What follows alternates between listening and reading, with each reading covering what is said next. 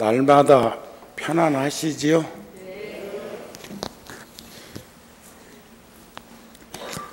편안한 표정을 한번 지어보시오.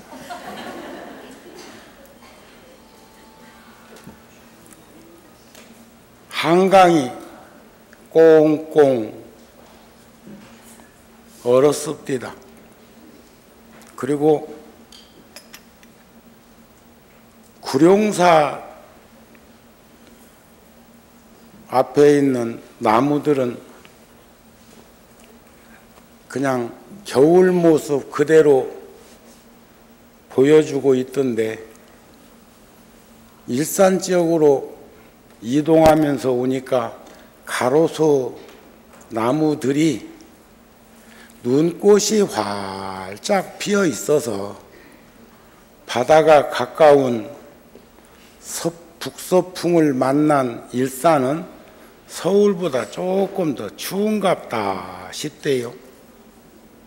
산중에 살 때 보면 소복이 눈이 내려서 나무들이 눈꽃을 머금고 있기도 하지만, 일교차로 그 과목, 나뭇잎은 다 떨어져 있는 나무까지도 그렇게 눈꽃이 피어서 참 아름답기도 하고, 나무들은 꽤 춥겠다 싶은 생각이 들기도 했습니다. 저는 어저께 초하룻날은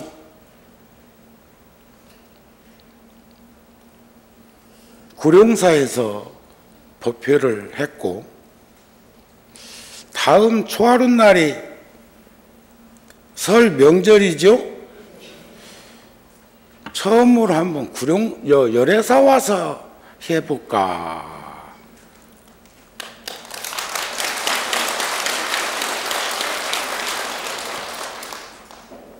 박수 소리도 품격 있네. 금년에는 해일 포교당에 일이 있지 않는 한 가능하면 열애사 쪽에 와서 머무를 생각입니다. 부처님 경전에 보면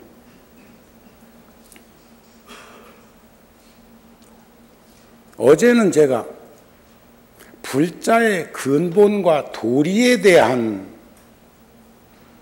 말씀을 전했는데, 오늘은 개정의 사막 중에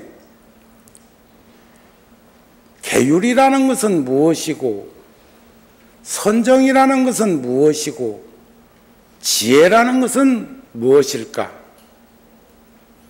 또 개정의 사막을 현상계에서 비추어서 표현하자면 어떻게 정리하면 쉽게 전달할 수 있을까? 계율은 그릇과 같습니다. 계율은 내 몸과 같습니다. 아셨어요? 그 다음에 선정은 맑은 물과 같습니다. 그런데 세상에는 물이 맑은 물만 있나요? 다양한 색깔을 가지고 있는 물도 있고, 흙탕물도 있고, 또는 오염된 물도 있겠지요. 꼭 물이라고만 생각하지 말고 담기워지는 것들, 그리고 지혜라고 하는 것은 비추어지는 것들, 이렇게 보시면 되겠습니다. 그런데 우리가 열반경 공부하다가 아직 끝맺음을 못 맺었는데, 금년 이제 춘삼월에 맞아 하려고 합니다. 그런데 부처님께서 만년에 참 우리 생활을 그려주신 불모 석정 스님께서 열반하셨습니다. 얼마 전에. 그런데 90이 넘은 노스님이 마지막으로 그려서 봉안해 준 탱화가 아마 어쩌면 열애사, 구룡사. 구룡사는 열애사 마음 쓰다가 이제사, 장년회사 극락전에 신중탱화와 시왕탱화를 모셨습니다. 아마 석정 큰스님의 마지막 유품이라고 생각이 되어집니다. 근데 스님께서 몸도 주고 가셨어요. 병원에, 동국대학교 병원에 너 알아 해라.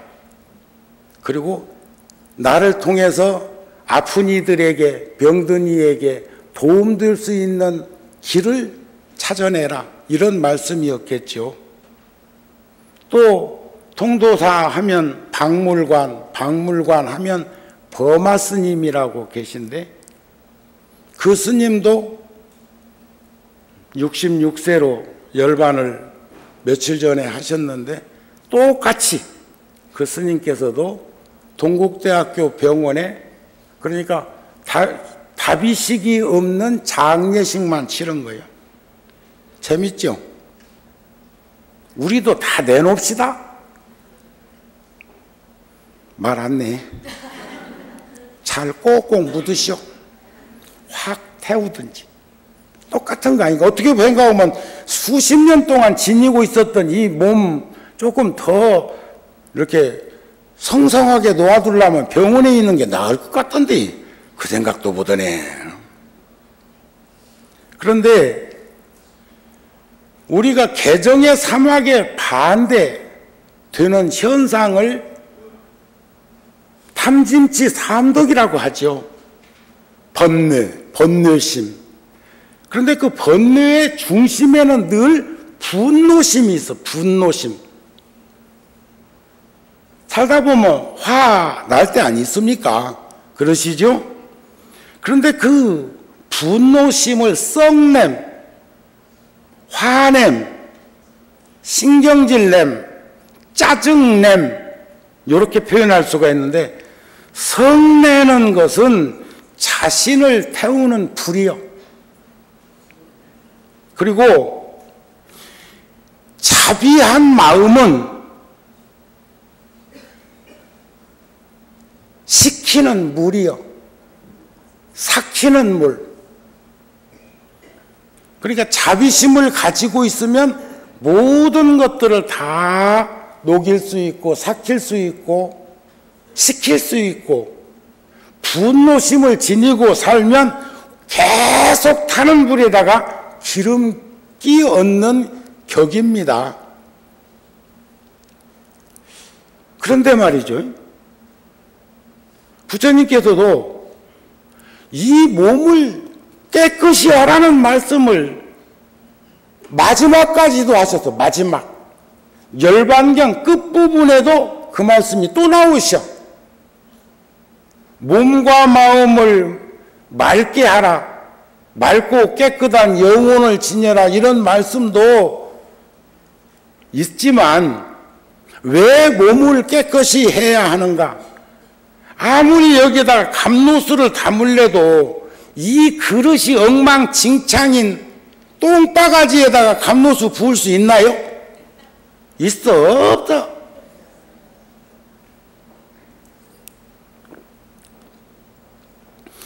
또 아무리 깨끗하고 좋은 그릇이라고 해도 거기다가 썩은 물을 갖다 부어놓으면 마실 수 있어? 없어요? 있어요? 없어요? 세속적으로 세간에서는 그 참 촌수가 재밌습니다. 촌수가 나이가 한 20살 정도 적은데도 새언니 하는 사람 있대. 그 촌수 희한하대. 그래서 제가 어린 시절에 고향으로 눈을 돌려보았습니다. 출가 전에 살던 마을을 떠올려 보니까 제 어렸을 때 어머니 뻘 되시는 분들이 저한테 반말 아는 여인들이 있어. 그분들이 누구냐 하면 조카 며느리들이에요. 조카 며느리. 아, 그렇지. 그러니까 우리는 늘 짝지어서 사는데 짝만 누구를 만나느냐에 따라서 촌수도 달라지는데 종교도 그렇디다. 그 자선 낭비하는 거기에서는 누구를 만나서 결혼했느냐에 따라서 성직자의 직급이 달라지더라고 또. 그래요? 자, 그러면 세속적으로 혈육지간에도 현상계에서 맺어진 인연으로 그런 촌수가 달라지는 거라면 우리가 어떤 몸, 어떤 마음, 어떤 지혜를 나와 인연 맺느냐에 따라서 내 촌수 달라지겠소. 그냥 건너가겠소. 어쩌? 지금 우리가 성도제의를 맞이해서 일주일간, 여기는 지금 8일 동안 어제부터 시작했고 구룡사는 오늘부터 한다 하더만. 그래도 여기 왔잖여. 그런데 그렇게 부처님과 인연을 맺고 불보살님과 인연을 맺어져 그 맺은 그 인연을 실천덕목으로 들이우기 위해서 무소불처럼 한 걸음 한 걸음 한 걸음 확신과 신념을 가지고 나아간다면 우리 촌수는 어떤 촌수? 뭔가 세상에 빛이 되고 향기로움을 드러낼 수 있는 내 모습을 지닐 수 있겠지요? 그래 안 그래요? 삶과 죽음을 지켜보는 티베트의 지혜라고 하는 책을 보다가 제가 발췌한 내용을 하나 전해드리겠습니다. 이 얘기로 구성을 해보자면 지나간 옛 세기에 어느 위대한 스승이 못난 얼간이 제자하고 인도에서 영화가 하나 나왔는데 못난 얼간이라는 영화가 참 재밌었디다. 봤소? 뭐하요? 뭐 1000만 명씩 보는 데만 가서 보나. 다운받으면 볼 수 있어. 애들 보고 다운받아서 한번 보여달라고 그래. 그러면 손 못 대거들라. 그 제자가 있었는데 스승이 그렇게 지극한 마음으로 간절한 그 가르침과 보살핌으로 지도를 했지만 주리반특과 엇비슷했던 모양이에요. 가르치고 또 가르쳐도 알아듣지 못하니까 하루는 그 제자에게 여보게 자네에게 내가 부탁이 하나 있네. 그래 놓고는 스님들이 메고 다니는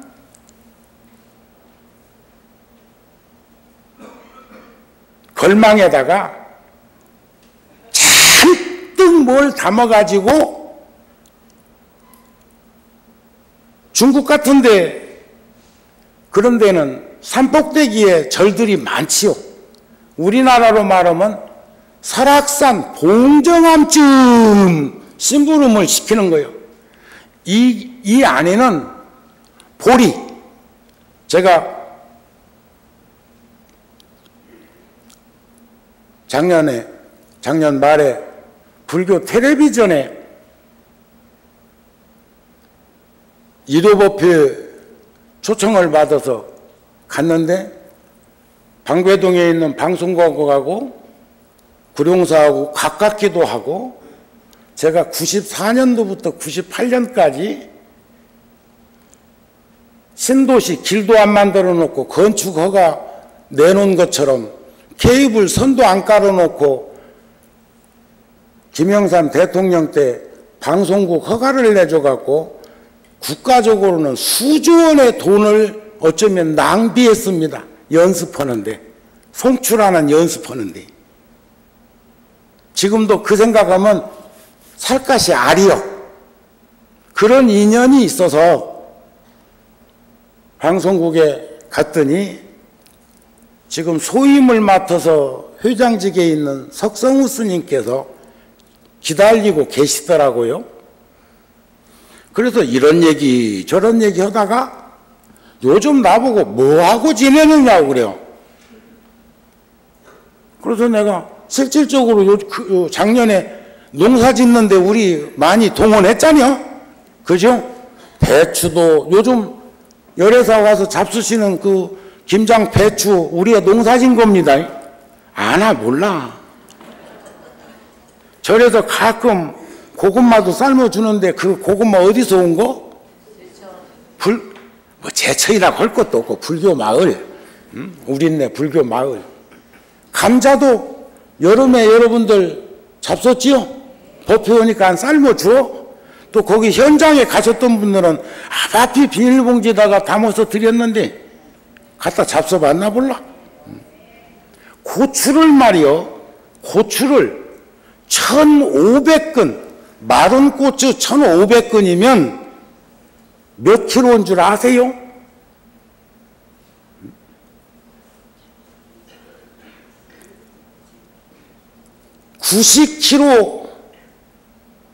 90kg가 150근이니까 마른 고추를 900kg을 딴 거예요. 많이 땄지요? 그거 돈으로 치면. 그러니까 사실대로 내가 농사 짓고 있다고 그래, 농사.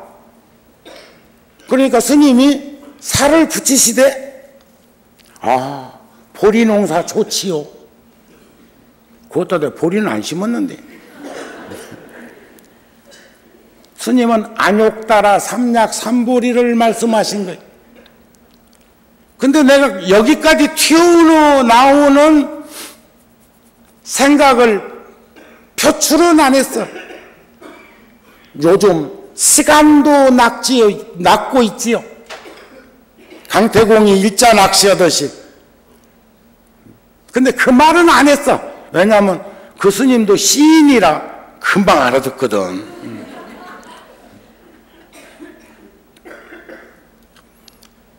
그래서 그 걸망에다가 보리를 담아서 저 만댕이 설악산 봉정암에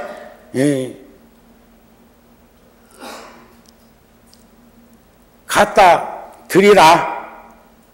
단 지금 여기서 출발해서 걸어가는데 만댕이 목적지까지 절대로 쉬면 안 된다. 그러니까 미련둥이 못난 얼간이 제자가 그 말을 딱 믿고 죽기 살기로 그걸 메고 만대기까지 가는 거예요. 그 사람은 대단히 어리석지만 단순한 사람이었고 스승의 말씀은 믿음을 가지고 있었어. 절대 은사 스님이 나 죽일 짓은 않는다. 부처님 제세시에 그 많은 사람들을 죽였던 앙굴발라는 스승이, 의도인 스승이 잘못 가르쳐줘 갖고 사람을 그렇게 많이 해쳤잖아요. 그런데 여기 스님도 훌륭한 스님이지만 그 제자도 단순하고 스님을 믿고 의지하고 따르는 믿음이 있었어. 그래가지고 그 걸망을 천신만고 짊어지고 산빛달을 돌고 돌아서 엄두도 내지 못하고 중간에 쉴 것은, 그리고 그 정상에 도달해서 짐을 척 내려놓고 보니까 땀바닥에 털퍼덕 주저앉고 보니까 몸뚱아리는 녹초가 되었지만 마음은 그렇게 편안할 수 없었다 이게. 우리 1080배나 또 3000배나 철야정진이나 또 저번에 봉정암에 뭐 버스 8대가 봉정암 포교당에서 갔다고 그러대. 난 놀랬어. 상상이 안 가.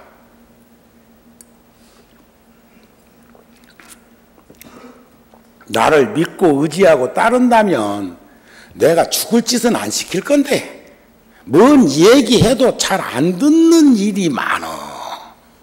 근데 봉정하면 그냥 뭐 이렇게 공구판에다 봉정하면 간다 했는데 구룡사, 열애사 등 버스 8대가 가가지고 일일 코스도 아니고 1박 2일이요 2박 3일이요.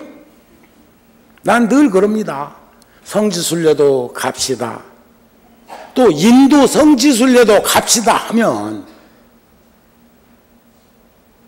시간이 안 된다네.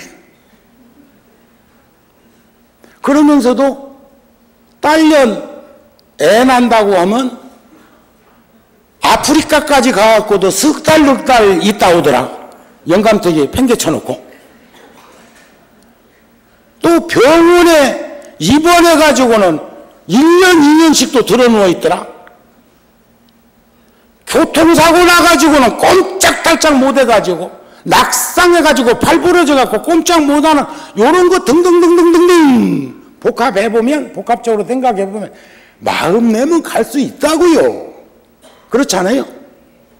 며칠 가는 것은 종합진찰 받으러 간요랑 치고 또 맹장염 수술을 해도 일주일 열흘은 필요한데 그거 수술하느랑 초고 이해를 시키고 얼마나 시원찮게 살았으면 가족들 그런 거 하나 이해 못 시키는가. 안 되면 두 내외가 세상에 이바지 얼마큼 했으니까 막 우리 인생 한번 들여다보러 가자 하고 출발하면 될 건데 아이고 이게 스승이 내가 시원찮아서 그래. 죄송합니다. 송구스럽습니다. 접목을 잘해야 된다니까. 촌수가 달라져. 아셨습니까? 그때 얼굴과 온몸에는 땀이 막 흥건했지만 여러분들 늦가을 쨍쨍한 날에 벼이삭 익을 때 비치는 뙤약볕에 부는 바람은 사방에서 불어옵니다. 불났을 때만 사방에서 바람이 다가오는 게 아니고 곡식이 무르익을 들녘에는 바람이 한쪽 방향으로 불지 않습니다. 그것을 저는 벼이삭 익을 때 부는 바람이라고 표현했습니다. 얼마나 그 사람은 육체적으로는 힘들었지만 정신적으로는 행복했을까요? 그래서 아까 여러 부자들에게 날마다 좋으시냐고, 행복하시냐고, 행복한 미소를 한번 져보라고. 그런데 다 안 짓더라고. 아직도 입안에 땡감 있지. 그거 덜어내세요. 그런데 그런 삶을 살기 위해서는 우리가 불법성 삼보전에 지극한 마음으로 귀의하셔야 합니다. 저는요, 제가 15살 먹던 애 출가를 했으니까 45년이 넘었거든요. 절에 산 지가. 그렇죠? 그렇죠? 어제 구룡사에서 내가 34살에 구룡사 어른들 뜻 따라가지고 와서 천막치고 시작했다고 하니까 지금은 60대라고 하니까 그 무렵부터 댕기던 가건물 법당에서부터 댕기던 그 불자들은 그냥 그대로 멈춰 있어. 나만 늙었고. 저번 달에 그 송년법회 동대 일산병원에 대강당에서 법문으로 갔는데 거기 근무자들 가운데 동대에 근무하던 이가 그쪽으로 보직 변경해서 온 이도 있고 또 청년 시절에 열심히 귀위해서 활동하던 이가 그 병원에 와 있기도 하고 의사로 오기도 하고 의료진으로. 그런데 세월이 흘러서 그 청년 때 만났던 사람들이 간부가 되어가지고 그래도 나를 접견한다고 이렇게 차를 대접하면서 이런 말 저런 말 하다가 그니도 그러다니까. 스님도 세월의 깊이에 어쩔 수 없네요 그러더라니까. 아따 그 사람도 시인이요. 그런 내가 야야 그러는 니는 20대 대학생 그 대불련에 그 활동할 적에 그러면 그게 70년대 80년대인데 그러면 30년 40년 전 인연이 그때 그걸 그대로 갖고 있으면 어제 구룡사에서도 불자들이 말이요. 내가 60대라고 하니까 자기는 지금 70대인데 한 30대 40대쯤으로 생각하는지 그 접근을 못 하더라니까. 생각이 다가오지를 못해요. 여러분들하고 저하고도 초기 불자들은 15년 인연입니다. 제가 1997년도에 저 건너편에다 가건물 지어놓고 그리고 땅 파기 시작했잖아요. 97년도에. 그랬죠? 그럼 15년 아니에요, 15년. 그러면 그때 그 얼굴 지금도 그대로 갖고 있나요? 저는 내가 거울 놓고 뜯어봐도 전혀 변하지 않는 데가 하나 있긴 있어. 뭔지 알아요? 어렸을 때부터 불자들이 스님들이 저놈은 부처님 귀 닮았네. 아이고 스님은 귀가 부처님 귀 같소. 얼마나 눈에 띄는 데가 없으면 옆구리에 붙어있는 귀 같고 이러쿵저러쿵 못난 처자 아이고 뭐라고 할 수는 없으니까 부잣집 맏며느리처럼 생겼다 하면은 그 통통 허다 소리거든. 얼굴은 도리납작 해갖고 허리통은 절구통 같이 생겼다 그 말인데 그래도 맏며느리라고 하면은 그 옛날에는 좋아하는 사람들이 있었는데 지금은 어쩐가 몰라. 지금도 그럴까? 정말이요? 이럴까? 요즘 아이들은 그 말도 잘해. 말끝마다 정말이요? 정말이요? 어디가 살다 왔길래 그러나 몰라. 자, 우리 한번 들여다 보면은 역력하게 드러나는 것들 보이시죠? 그렇죠? 네? 저도 오늘도 지심정예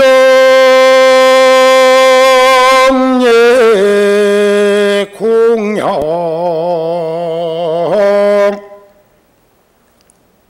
몸에 소름 안 끼쳤어? 나는 내 소리에도 지금 소름 끼쳤는데 좋아갖고 훨씬이 나가지고 그때 그 법열 그 시열 말고 육체적으로 느끼는 건 시열이고 정신적으로 만끽할 수 있는 기쁨 즐거움 그것을 법열이라고 합니다. 저는 제일 행복할 때가 부처님 전에 예불하고 공양할 때 공양 올릴 때 조성 예불에서는 제심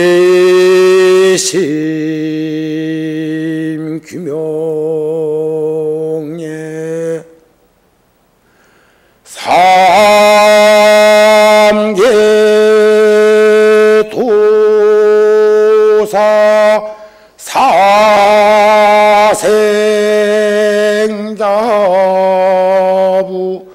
시아본사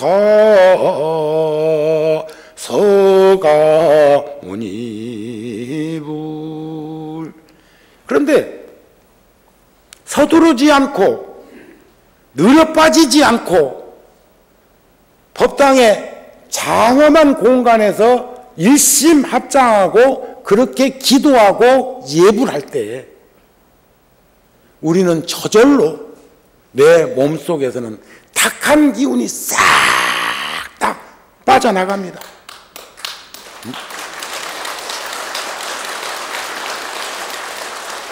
근심 걱정 고통 괴로움이 수반되었을 때 한숨 쉬어봤자 그 뜨거운 기운은 빠져나간들 몇 프로가 빠져나갈까?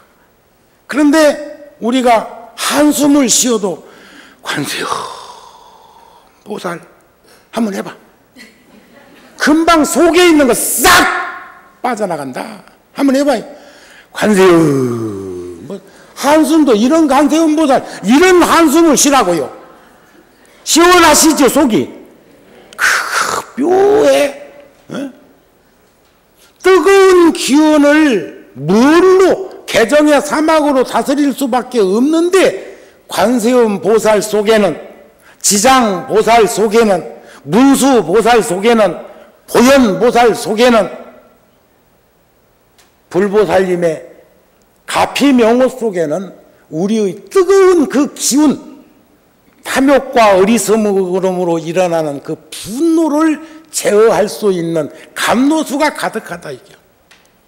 그리고 지심정예 공양을 하든 지심규명예를 하든 칠정예를 하는 그 시간만 집에서라도 자기 시간으로 가지면서 하고, 반야신경 1편만이라도 우리말로 하든 한문으로 하든 하면 그 시간에 속에 뜨거운 기군들이 싹 다 빠져나가는 것을 스스로도 체득할 거라는 거예요. 그리고 우리 촌수가 어떤 촌수? 선지식 촌수, 도인 촌수, 불보살 촌수. 아니 10살, 20살, 30살. 지금도 고향에 가면 90노인이 나보고, 아이고 당숙 오셨습니까? 당숙 스님 오셨습니까? 오촌이면 당숙입니다. 그런데 지금 20, 30년 정도는 별거 아니어도 과거 어렸을 적에 젊은 청년 시절에 20년, 30년 차이는요. 그런데 그게 시족사회에서 할아버지가 5분 계신데 나는 막내 할아버지 손이고 큰아들, 둘째 아들, 셋째, 넷째, 다섯째 증조부께서 아들을 5을 두었는데 그 한 마을에서 그 촌수가 현격하게 이렇게 차이가 나더라 이게요. 그러니까 지금은 스님이니까 더더욱이나 불교 믿으니까 더더욱이나 뭐지만 속가에 있어도 촌수가 높으니까 함부로 못 하더라 이게요. 내가 그리고 막나이 짓을 안 했거든. 청소년 시절을 고향에서 안 보냈으니까 청소년의 그 사춘기의 꼴을 나는 안 보여줬잖아요. 그러니까 나의 인사성 밝고 곱게 생겨갖고 지금은 이래도 영민했던 그것만 기억하는 거예요. 뭔 말인가 알았어요? 그러니까 공자님도 제자들한테 고향은 가지 마라 그랬어요. 차라리 딴 데 가서 가르침을 피하라고 그랬어. 근데 부처님은 부처님이 안 되셨어도 카스트 계급사회에서 왕족이잖아요. 왕족. 갑이라고 그게 태자잖아요. 임금이 되고 태자가 되고 저기 어제 저녁에도 대왕의 꿈에서 그 태자로 나오는 그 한 10살이나 먹은 놈이 어른들한테 반말 딱딱 하던데 그려. 그 촌수 때문에 그래요. 촌수. 무슨 촌수? 계급 촌수.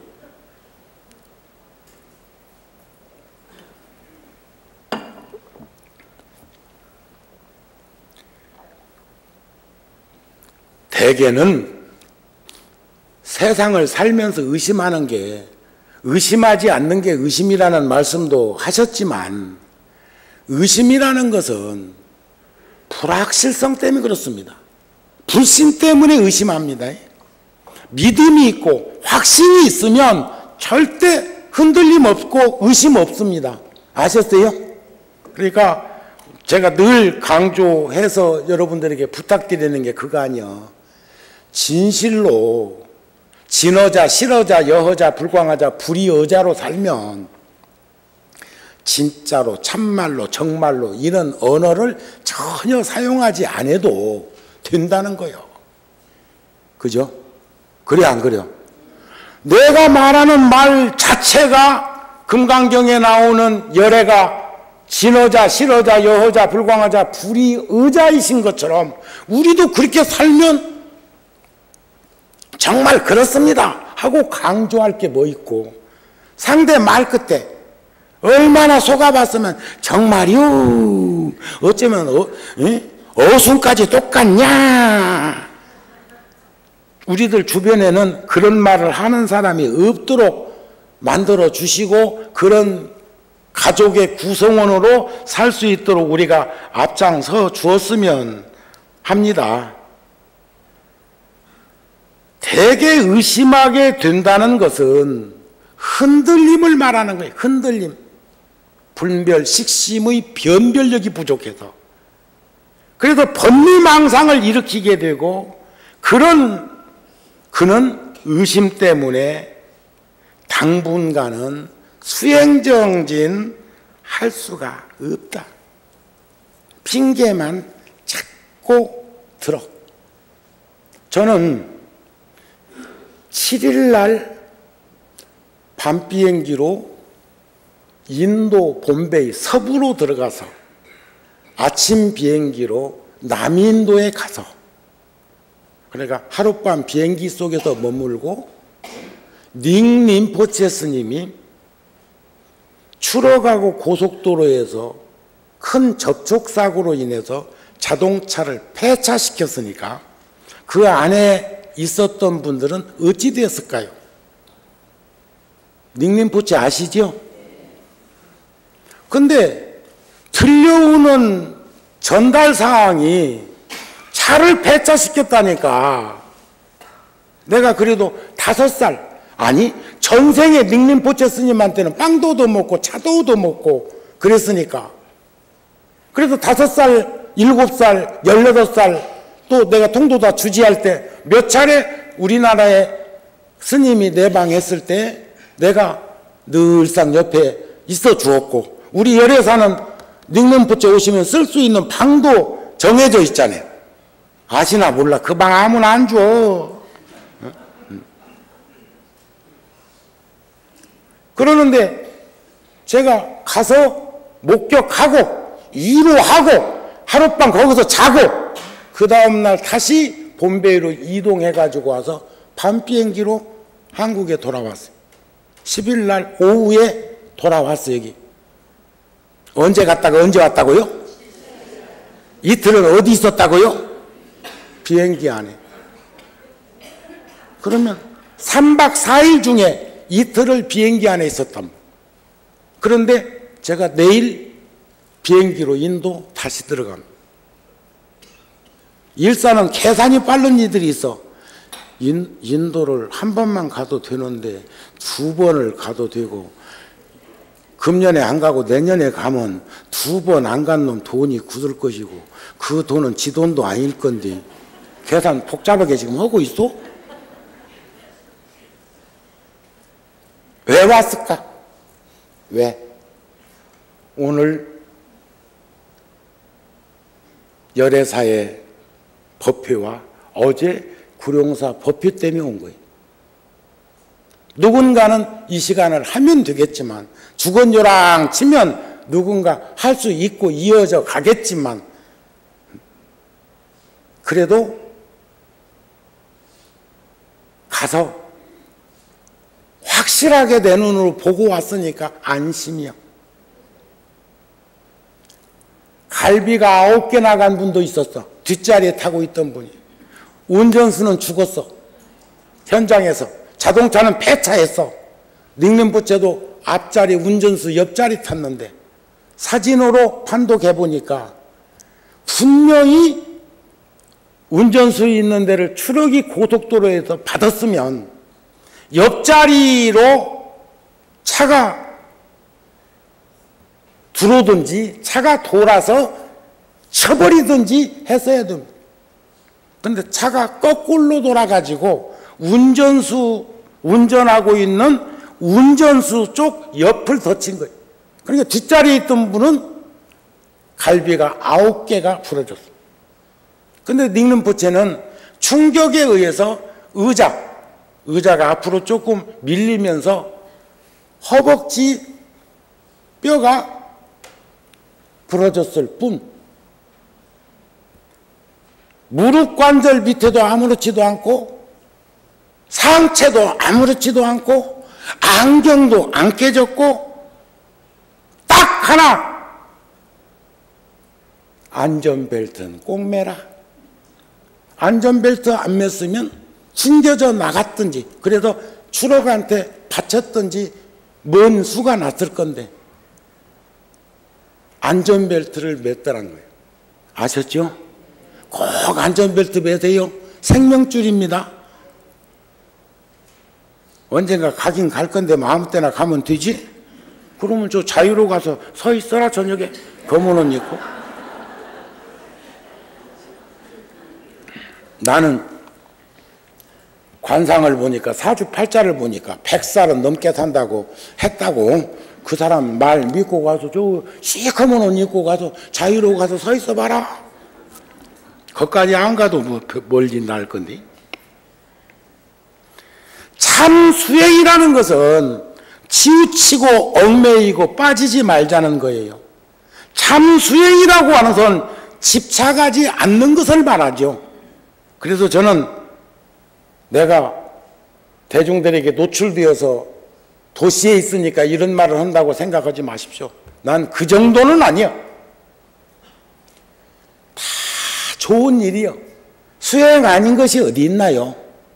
보편적이고 상식적이고 객관적이고 이성적이고, 예?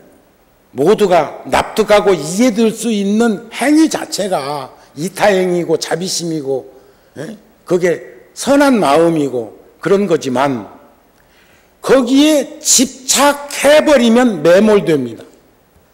제가 이 잔을 지금 법회하면서 물도 내가 잘 안 먹는 사람이지만 오늘 지금 내가 목마름을 해소했으면 요거 놓는 게 옳지요.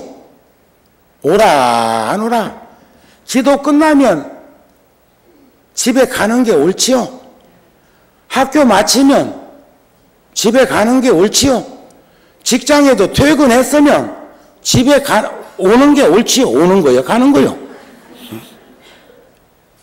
열애사는 아직도 내가 구룡사로 갈 때 마당에 나가다가 만나면 어떤 이는 또 오세요 그런다. 아직도 또 오세요가 맞아. 다녀오세요가 맞아. 안녕히 가세요가 맞아. 오직 하면 내가 1월 달에 1월 1일 날 설날을 내가 여기 와서 있을까 그냥 구룡사 있을까 하는 말을 왜 할까? 내가 연고가 없으면 그런 얘기 할 것도 없잖아요. 큰 집에 있었거나 작은 집에 갔거나 하는 말을 할 것도 있어 없어요. 그런데 열애사에서 내가 정월 초하루를 보낼까? 금년에는 열애사에 머무르는 시간을 좀 더 확대할까 하는데 여러분들은 효심이 있어? 아니, 불심이 있어. 내가 온다는데 좋아하는 것 보면 효심 없는 놈은 거북하단다. 열애사도 불심이 없으면 나 오는 거 벨놓을 건데 아까 박수 치는 것 보면 우리 성지 스님 어떤가 몰라? 그래도 성지 스님은 내가 통도사 주지을 적에 성가대학에서 대학을 2개나 다니면서 내 보좌를 했어. 응? 시자실에서. 그래서 너무 내가 고맙고 감사한 마음을 한 번도 표현은 못했지만 너는 참 괜찮은 사람이구나. 그거요 쉽지 않습니다. 부모 모시고 사는 것도 쉽지 않고 부모 말도 안 듣고 온 사람들이 뭐 누구 섬기고 누구 모시고 사는 거 별로 그렇게 익숙할까? 그런데 스님이 열애사 가서 소임 좀 봐라. 그 말 거역하지 않고 와 있다는 것은 고맙고 감사한 거 아니야? 우리 성지 스님한테도 박수 한번 보내줘.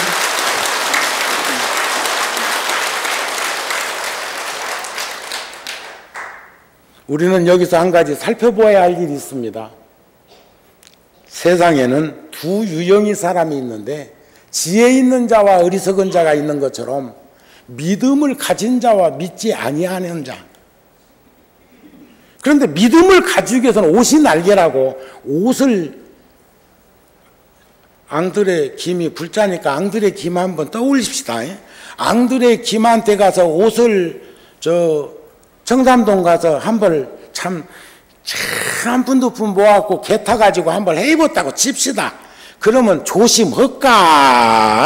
작업복 입고 농부가 논밭에 들어가듯이 그냥 휘젓고 댕길까? 그 사람은 자격이 없어. 그 옷 입을 자격이. 그래요, 안 그래요? 그렇다면 우리가 몸과 마음을 다스리는 그 이치는 우리가 옷만 한 벌 좀 입어도 또 미장원 오래간만 한 번만 갔다 와도 그 머리 허구한 것 흐트리트리 안 하려고 아이고 평생을 어떤 이는 또가리 머리 해가지고 그것 흐트리지 않고 사는데 어떻게 살았는가 모르겠대. 에? 우리는 이렇게 일주일에 한 번 머리를 깎는데도 마음이 쓰이는데 또 더군다나 정우 스님도 반곱슬이에요. 반곱슬. 파도가 한번 친다 머리가. 다행히 머리를 일찍 잘 깎았어. 군에 있을 때 머리를 좀 길러보니까 아침 저녁으로 머리를 감아야 그걸 유지하겠더라고. 근데 여러분들은 평생 동안 그걸 유지하려고 하니까 얼마나 복잡해요? 예? 그죠? 끝으로 달라이 라마께서 아름답게 사는 지혜라는 가르침에서 보니까 사람의 손은 이 손은 때리기보다는 상대를 껴안아 줄 수 있도록 손이 만들어졌다네. 이 뒤로는 잘 안 받쳐지지? 그죠? 손은 안으로 굽는다며요. 가장 훌륭하고 귀한 것이 자비심이래요. 자비한 말을, 자비스러운 말을 하고 있다 보면 인간의 본성이 자비와 친절함이라는 믿음이 봄날에 싹 돋듯이 구멍 뚫린 항아리에 콩나물 콩 넣고 물 부어보면 물은 쏙쏙 빠지지만 콩나물은 격가지 없이 잘 자라듯이 자비심은 보리심이며 선근이라고 합니다.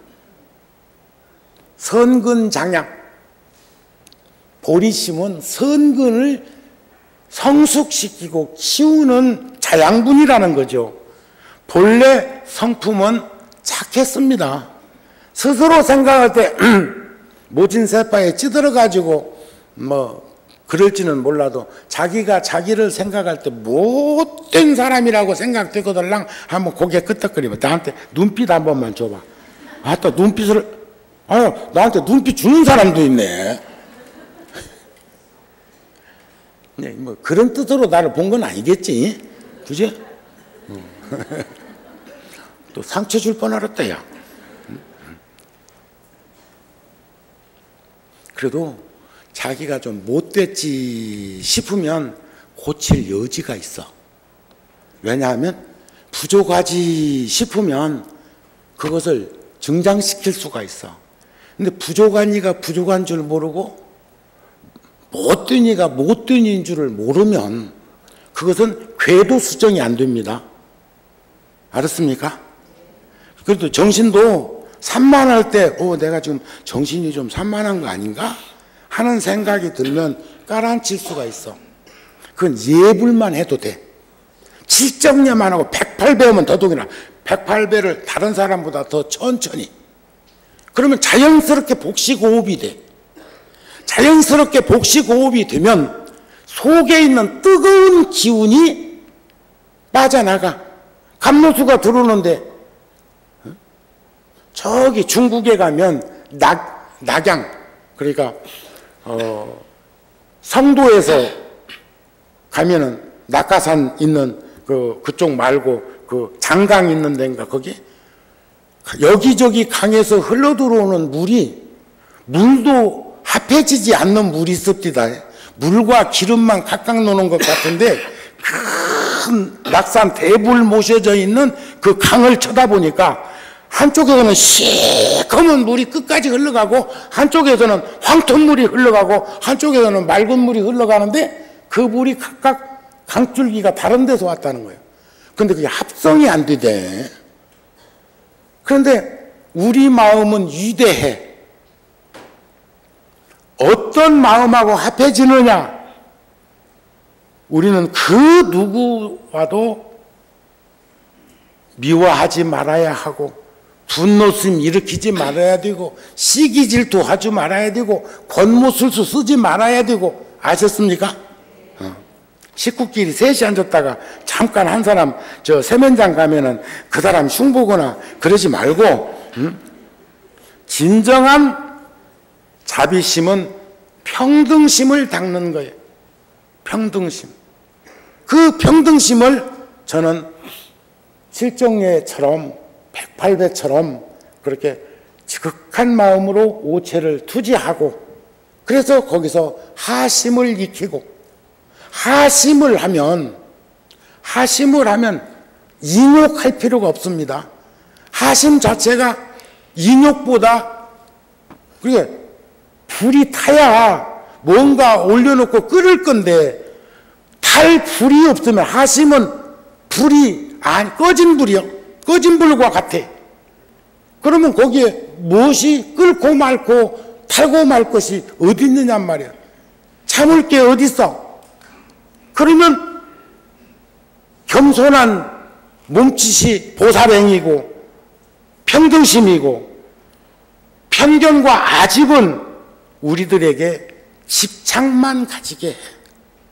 집착. 그놈의 집착 때문에 얼마나 우리는 어려움을 겪습니까? 인간은 사회적 동물이라고 합니다. 내가 사회에 영향을 끼치게 하는가 하면 그 사회로부터 영향을 받게 되어 있습니다. 정우 스님이 사바세계에 요즘 세상에 그래도 이만하면 쓸만하여. 동의 못해? 근데 왜 앉아있어? 일 보지. 그러면 괜찮은 이들끼리 유유상종할 수 있는 것도 큰 복이요. 그런 인연 소중한 거 아닌가요? 난 소중하다고 생각하는데 세상은 상호상관관계 속에서 이루어져 있어. 영향을 내가 여러분들한테 오늘 법문 중에 드렸지만 여러분들의 모습과 여러분들의 생각과 여러분들의 몸짓과 여러분들의 어떤 흐름을 보면서 나도 영향을 받는 거요. 나는 그냥 막무가내로 지금 여기서 지금 어디 공동묘지 가가지고 지금 내가 말 웅변 연습하고 법문 연습하냐? 그런 시기는 지났어.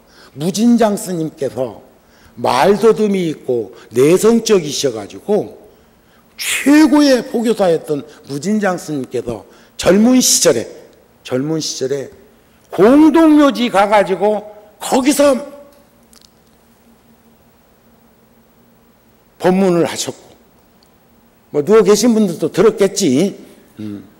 하지만 거기서 훈련을 해가지고 두 번째로 파고다 공원에 가서 그 노인들에게 작대기 하나 들고 흑판 글씨 쓰듯이 하면서 하다가 조계사 쪽으로 이제 건너와서 젊은 시절에 동대 졸업한 이후에 하다가 청담 스님 눈에 띄었다는 거예요. 그래서 그 젊은 스님을 법상에 올리고 청법을 하고 대중들에게 다가올 수 있도록 장을 마련했다 하는 말씀을 들은 적이 있습니다. 그렇다면 우리는 어떻게 살아가야 할 것인가를 생각해 보는 한 해가 되도록 했으면 싶습니다. 제가 어제도 구룡사에서 누가 물으면 언제부터인가 재미없는 재미로 산다고 하는 말을 스스럼없이 했는데 그것도 수정했습니다. 이제는 재미없는 재미도 들여다보니까 재밌더라. 난 재밌게 살라고. 여러분들도 재밌게 삽시다. 그래서 그동안 어느 것에 치우쳐 살았다면 그 집착으로부터 자유로워질 수 있는, 그래서 우리 안에 변화되어 가고 있는 내 존재 안에 스스로 나라고 집착해서 고집했던 내가 본래 나누어질 수 없는 선과 악처럼 낮과 밤처럼 밝음과 어둠처럼 구분되어지는 것이 아닌데 그런 것을 알지도 못하고 존재하지도 않는 자아, 아트만에 도취되었거나 상실하거나 망각하거나 이런 불완전한 생활로부터 자유로워졌으면 합니다. 티베트에 우리 스님 저기 계신데 북인도 티베트 라인에 가면 키꼼파라는 절이 있습니다. 거기에 계시던 살아있는 밀라델바라고 추앙받던 노스님은 정우스님 나이쯤 되었을 때부터 100살에 열반하실 때까지 아침 예불 끝에 대중들이 스님께 인사를 하면 나 오늘 죽는다. 그게 답사였대. 답사. 60이 넘자 큰 스님이니까 그 절에 몇십 명, 몇백 명 살고 있는 그 절에서 예불 끝에 어른 스님들께 이렇게 인사를 하면 그 스님이 꼭 한 말씀 하시면 나는 오늘 죽는다. 우리 한번 따라서 해봐. 나는 오늘 죽는다. 못 따라하잖아. 못 따라해. 그런데 사실 10년 후가 되었던 20년 후가 되었던 30년 후가 되었던 그날이 오늘이었을 때 우리는 떠나는 겁니다.